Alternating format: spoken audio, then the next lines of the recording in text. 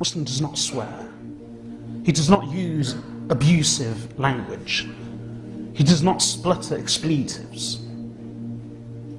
That's not the way a Muslim speaks. A Muslim speech is noble and pure, and it's dignified. This is something that happened yesterday.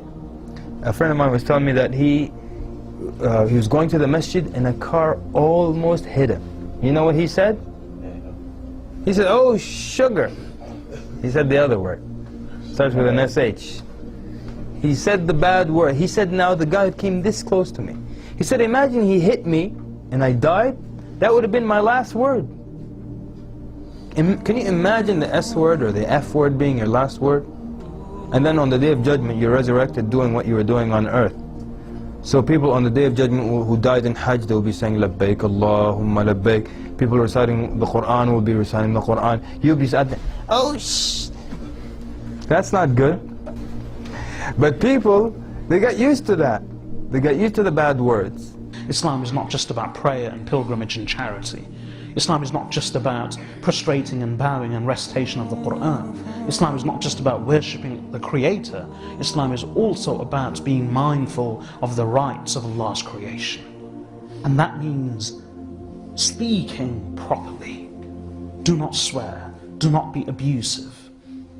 Do not indulge in vulgar, indecent, rude speech. That is not the mark of a believer. And people now, they argue things. Oh, such dumb arguments. People use bad words. I'm expressing myself. Oh, you're so clever. There are no more adjectives and adverbs in the English language? You have to throw the F word everywhere to express yourself? Foul mouth. Now, the problem with bad words, because now bad words is cool, right? You know, the guy said this, I cursed him out. People come boast to each other about how they curse somebody out. I let him have it. Oh, mashallah. MashaAllah, you're a hero now. Some people, what they do is just their habit. And if they want to comment on how cold the weather is, they begin the sentence with a few expletives. And then later the fact that it's cold comes along. It's stars and hyphens, cold. It's a good number of expletives, hot. Even when they're happy, they say, this is good number of expletives, good. What if on the Day of Judgment, everyone's going to get their books that has everything you said and did? Imagine now, you're going through your book, because 50,000 years the people are standing waiting for the judgment to begin. When it begins, books start falling into people's hands. So you get your book, you start looking through it now. And it has stuff you forgot about, good deeds, bad deeds, everything. Then you come to the F chapter, your F word. And here you are, page after page of you being so thug-like and cool. F word, all over, pages full of F word. F word, did I say anything else in this dunya? F word, F word, F word. How thick is this chapter? You lift it up, F word, F word, F word, F word, F word, F word. How many times did you say this? Now imagine, who's writing that when you say the F word every time? Angels. How does Allah describe the angels? Kiraman katibi. It's most honored creatures. And you're making them write this? Honored creatures of Allah, and here they are. If you speak straight, your deeds will become good and pure. Your tongue has an effect on your arms, on your legs, and on your limbs. That's why Imam Tirmidhi rahmatullahi relates a hadith in his Sunan that each morning the limbs and the organs of the body, they plead with the tongue. And they say to the tongue, اتق الله فينا فإنما نحن بك فإن استقمت استقمنا وإن عوججت عوججنا. They say to the tongue, O tongue, every morning, fear Allah in us, regarding us. For we are as you are. If you are straight, we are straight. If you are bent, we are bent. That's a hadith of Rasulullah sallallahu alayhi wa sallam.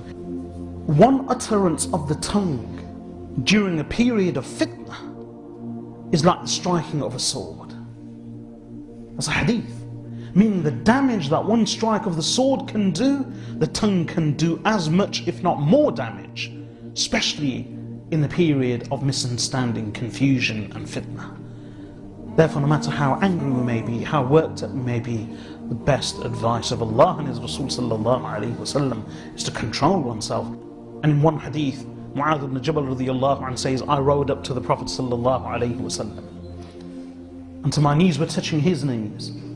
We were riding together, and then I asked him a few questions about salah, sadaqah, about iman. O Prophet of Allah, I said, tell me about those deeds that will distance me from the fire and take me closer to Jannah. So the Prophet ﷺ said, O Mu'adh, indeed you have asked about a great thing. So can you imagine the scene? The Prophet ﷺ is riding, Mu'adh ibn Jabal radiyallahu anhu is riding next to him. He has just given him a mini sermon about all the good deeds and the greatest deeds of Islam. And then the Prophet ﷺ said, should I not tell you something that encompasses all of the above? Mu'adh ibn Jabal radiyallahu anhu thought, what could that be? Of course, Ya Rasulullah. The Prophet ﷺ with his noble fingers put his fingers on his tongue and pulled it out, and said to Mu'adh ibn Jabal, guard this. So Mu'adh ibn Jabal radiyallahu anhu said, Ya Rasulullah, will we be taken to task and questioned about our tongues? He asked in amazement. So the Prophet ﷺ said, O Mu'adh, I thought you were the most intelligent of people. وَهَلْ يَكُبُّ النَّاسَ فِي النَّارِ عَلَى وُجُوهِهِمْ إِلَّا حَصَائِدُ أَلْسِنَتِهِمْ. And is there anything that will fling people flat on their faces in the fire of Jahannam other than what their tongues reach?